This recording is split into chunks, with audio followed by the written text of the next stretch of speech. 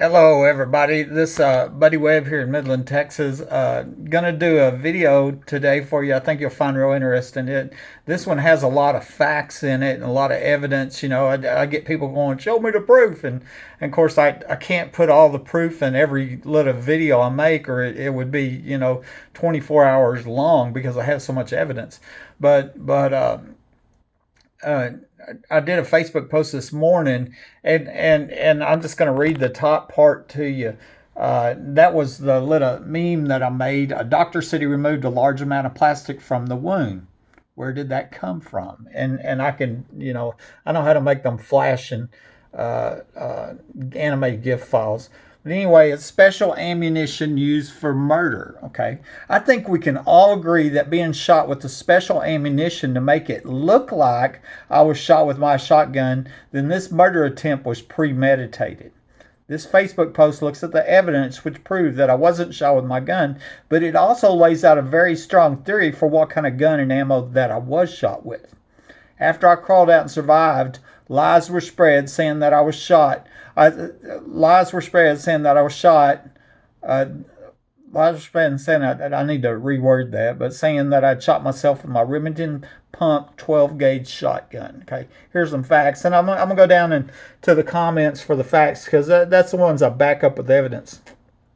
And so I started here. This is something I've had thrown in my face by people and what I believe are involved in these crimes, and it was basically it was a comment I found from my late dad. He died in 2017, and I sincerely believe, based on things he said, that he knew something about what was going on here that he never told me about. Okay, and that ain't saying that him or my family was involved in trying to murder me, but these are the facts, and it's the reason I've been estranged from my family. After I crawled out and survived, lies were spread saying that I was shot. That I'd shot myself with my Remington Pump 12 gauge shotgun. I copied and pasted my mistake from above. I found this on my late dad's Facebook page. He quit talking to me for an unknown reason 3 years before he died in 2017 and never admitted to knowing anything about the crimes against me. That's real. It was really hurtful and sad. That dad didn't speak up and stop the crimes against me, and here I am 3 years later, burglar alarms, I heard somebody in my house yesterday. I probably had 2 death threats last month, quartered people, just in the last month of reporting people in the attic, etc. Okay, but anyway, this is from Dad's Facebook post. I found this.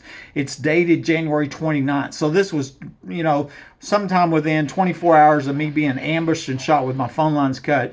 My dad writes, my oldest boy, Buddy Wayne Webb, is in the hospital in Midland. A shotgun fell, discharged, and blew half his foot, praying that he doesn't lose his right foot entirely. Now, I don't know if he was told them lies, and if somebody tells you that, and you believed it, then it's just honest. I mean, but I've got a feeling from other things he said that he knew that this home was rigged, and I'm not going to get into that. These are some of Dad's friends and their comments here, and it's real possible that some of these friends also knew that I was shot during a home invasion. There's a picture of my mom and dad right there, and both of them are passed away now. Okay. And so the next comment here, I just reported a suspected tunnel to the DEA 2 weeks earlier, and now there are multiple people documented saying that tunnels underground homes are here, including a recent candidate for sheriff. My phone records will show that I called both the El Paso and Midland DEA just 2 weeks earlier, and I reported a suspected tunnel before somebody under my home shot me by surprise with a special ammunition to make my murder look like an accident. That is a lot to say, but that is very powerful. You should never, no citizen should ever call law enforcement to report crime, and then the law enforcement's corrupt, and they set them up to be murdered because of a corrupt law enforcement. And so here, what I'm showing is the USDA's office here is in is on Big Stream Street in Midland right there, 1004 North Big Stream. And that's the same office that the FBI is in, because that's interesting, because I've been to the FBI multiple times, including last year, and have multiple stories about the FBI that it was obvious that those FBI agents have been trying to obstruct justice and cover up, these crimes here, which is not only the capital murder attempt in my life, premeditated murder attempt in my life, but believed to be several other multiple murders. The homeowner before me, the little girl, also party, all the other homes are rigged and everything.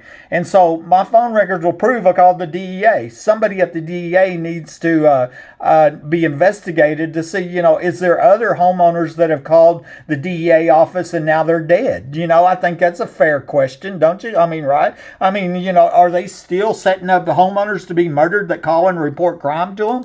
I mean, we're trying to answer some questions here, because the evidence shows I called the DEA, they didn't look, and 2 weeks later I'm shot from the ground, and I had reported a suspected tunnel to them, right? Okay.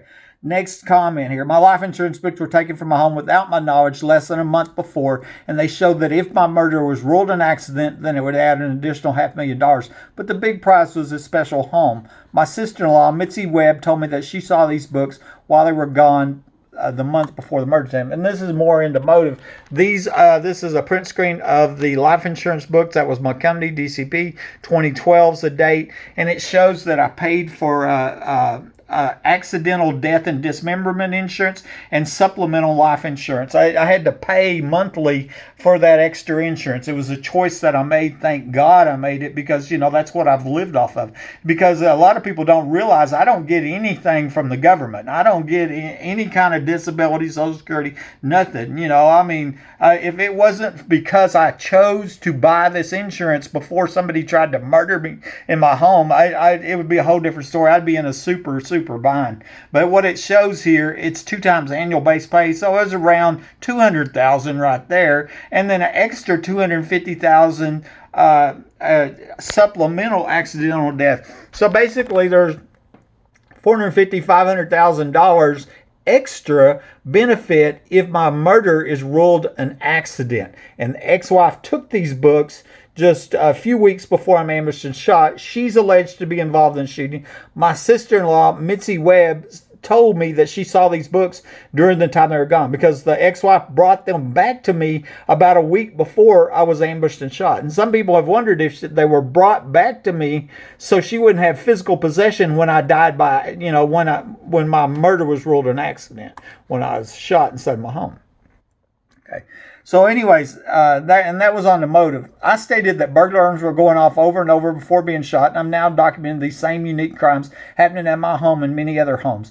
The ER nurse documented me saying that alarms were going off over and over. I've since made 100 videos of burglar alarms going off my home, and I sent a list of 50 to the chief of police, mayor, and city council. I have the email on that. These are from the nurse's notes, and it's timestamped minutes after I'm shot, literally. And that was 11:27. I crawled out at 10:42, and the nurse is writing. The patient stated their sirens going off. The alarms kept going off. She also mentioned this voice recorder, and that voice recorder recorded the burglar alarms going off. I told the police about it. They went to my home and they stole it. Okay. Then I made a big issue of the police stole the evidence in a capital attempted murder that I told them about. And so a year or two later, they put it back. It's just massive corruption here to murder homeowners in their home and steal their life insurance.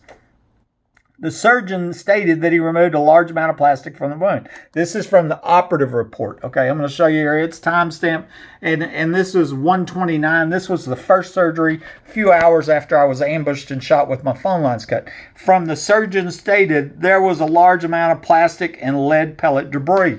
Okay, and I've asked at the top, where did the large amount of plastic come from? Because it didn't come from a shotgun. It didn't come from my shotgun. We know that, and so then, there's a piece of evidence here saying there's a large amount of plastic. Well, where did the plastic come from? If it didn't come from my shotgun, it come from somewhere else, right? And doesn't that make sense? Everybody got that? Okay.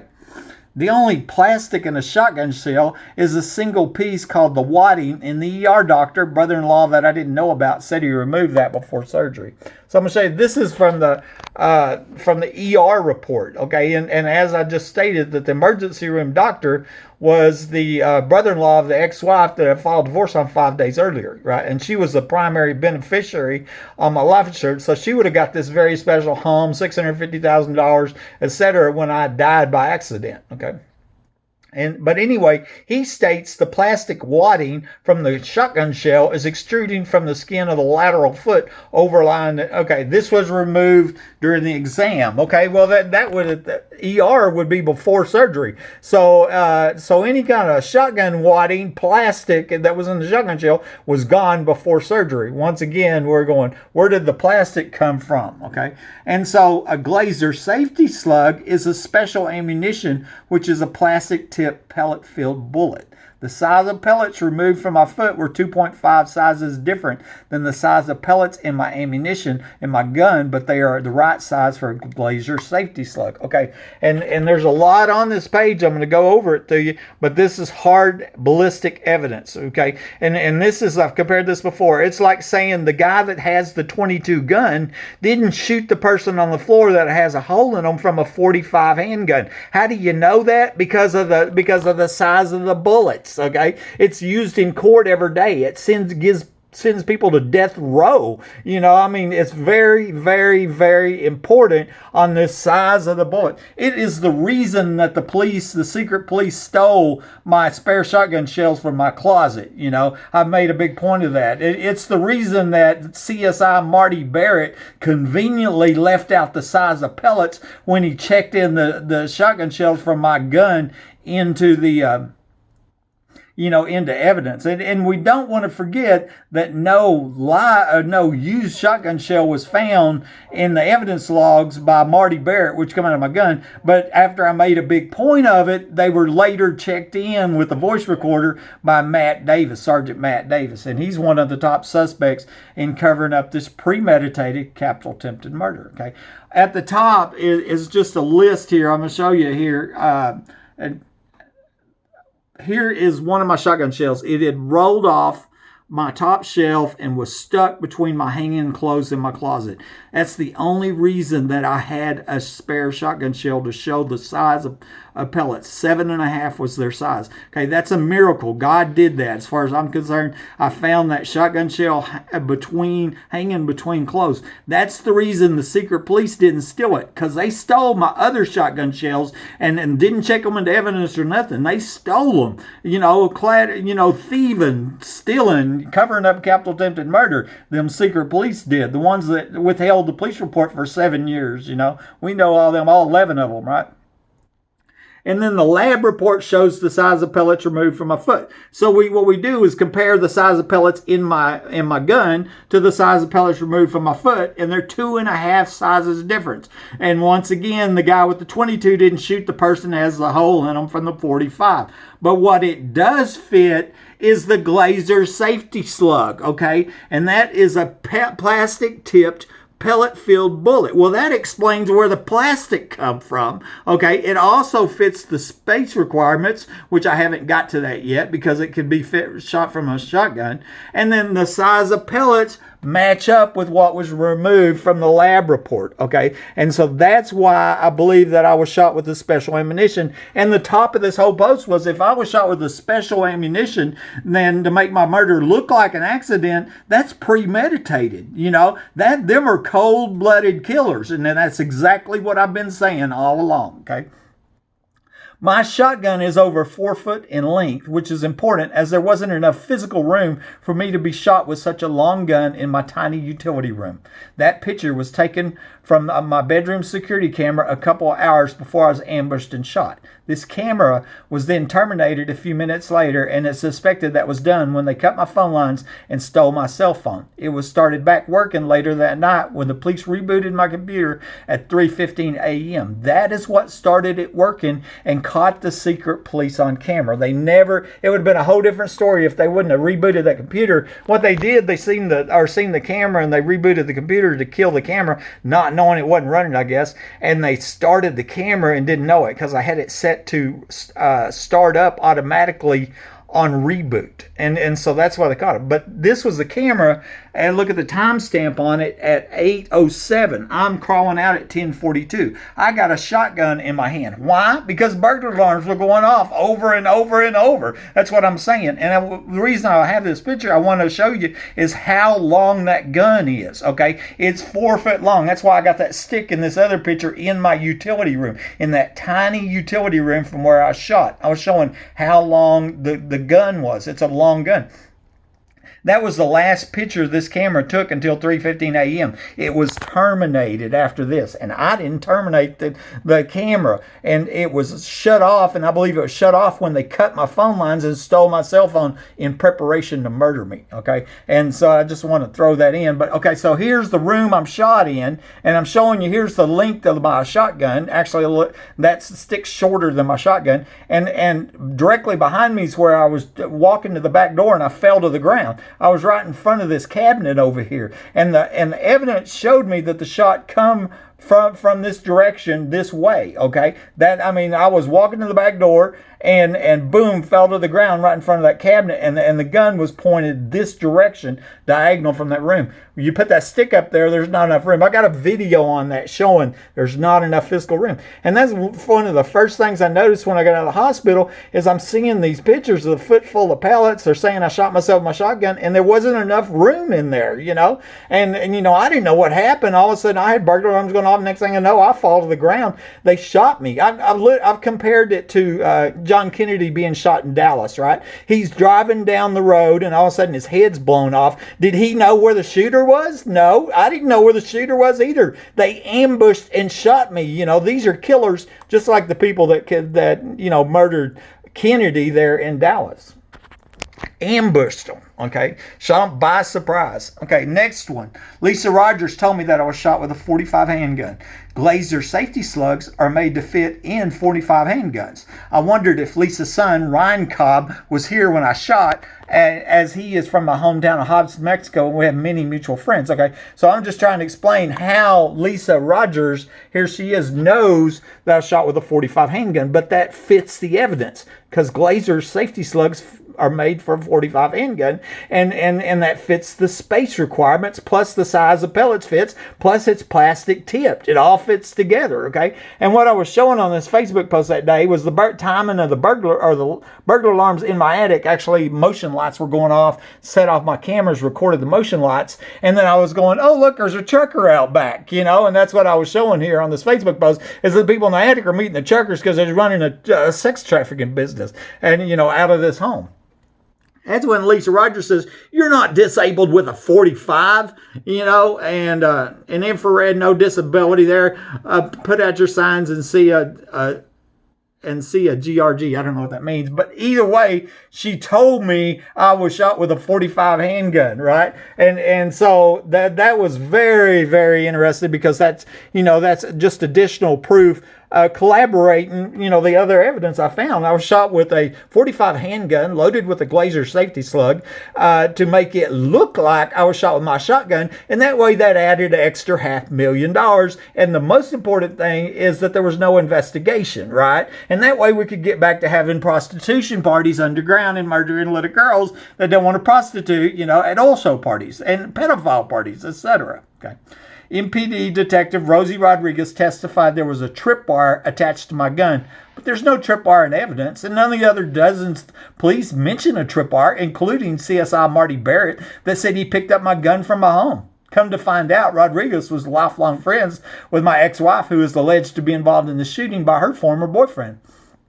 This is one of the secret police pictures, and Rosie is seen leaned over my nightstand where my stolen phone was planted. This cell phone was stolen before I was shot. Also noticed that she made up a lie and said that I told her my battery was down on my phone, but the truth was that it was fully charged and set on the charger all of the time. I only had the cordless because my cell phone had been stolen, okay? And so here was one of the secret police pictures that I found. Remember, they tried to disable the camera. That's the only reason, and they were withholding the police report. report. They never planned on getting caught. She never planned on anybody seeing her. And so I can tell by other pictures, this is April Chandler, okay? She was caught also tampering with evidence, lying on police reports. Rosie Rodriguez, the lifelong friend of the ex-wife's alleged to be involved in murder, and she's leaned over my nightstand. Behind this nightstand was, when I got out of the hospital, I found my cell phone, my stolen cell phone, okay?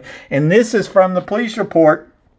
And I contacted Buddy in the hospital. This is Rosie Rodriguez. And Buddy said his phone was not charged. Buddy never said that. That was a lie. She made that up. Why did she just come up and make up with that lie? Because she knew that my phones were stolen before I was shot. My home phone line was cut and my cell phone was stolen because she planted my cell phone behind my nightstand while I'm in surgery.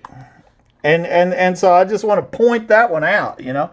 I think we can all agree that my murder was planned in advance, right? Can we all agree to that? I mean, is there enough hard evidence to show me the proof? How's that for proof, you know? At the time of this premeditated murder attempt, I was tear gassing the attic and contacting law enforcement. I was a threat to the people who have the underground homes, as it would expose the murder of the last homeowner who died the week before the 2008 oil show. That's Michael Hahn. And the young girl that my friend told me about me murdered at the 2010 oil show party. And I believe that happened in the underground homes here, with the many other homes, and also the many other homes that are rigged with hidden underground access like mine. And remember, all the many people documented reporting people in the attic, and I was shot saying burglar alarms were going off in my attic. It also looks like a young landman attorney named Matt Hyman was killed in my home 2 weeks earlier, so maybe there was a revenge factor, and evidence was found showing that I had trapped a burglar in my bathroom on the day of the murder attempt, and I had been reporting burglaries to the police for over a year. Yeah, this was premeditated, okay? And, you know, here you can do this. Go to Google Maps, maps.google.com, put in my address, 3802 Fair Circle. Look in my backyard, and you'll see there's a big facility bunker in my backyard, okay, on the map screen. Look over on the satellite screen, and it's not there.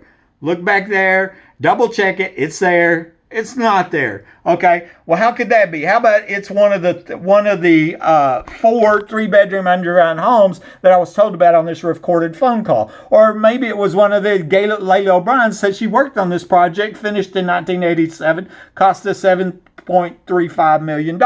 It was the underground homes that collaborated what had already been told. That's where I believe the oil show parties were going on. That's where I believe that girl was murdered at in 2010. And remember, the remains of a 14 to 21-year-old girl were found outside of Midland in 2013. And then Rhonda Denman Rogers told me that one underground facility half block away. I figure that's around the corner, one of the other 4 homes. And then, real important, Sheriff candidate Joe Lozano told me that underground homes was the hideout for our late Sheriff Painter. You know, I mean, and, you know, the question has been asked if Painter was involved, you know. And here, I'm going to borrow a phrase from the ER doctor who, come to find out, was the brother-in-law of the ex-wife who had told me that a group of doctors were killing people for profit, okay?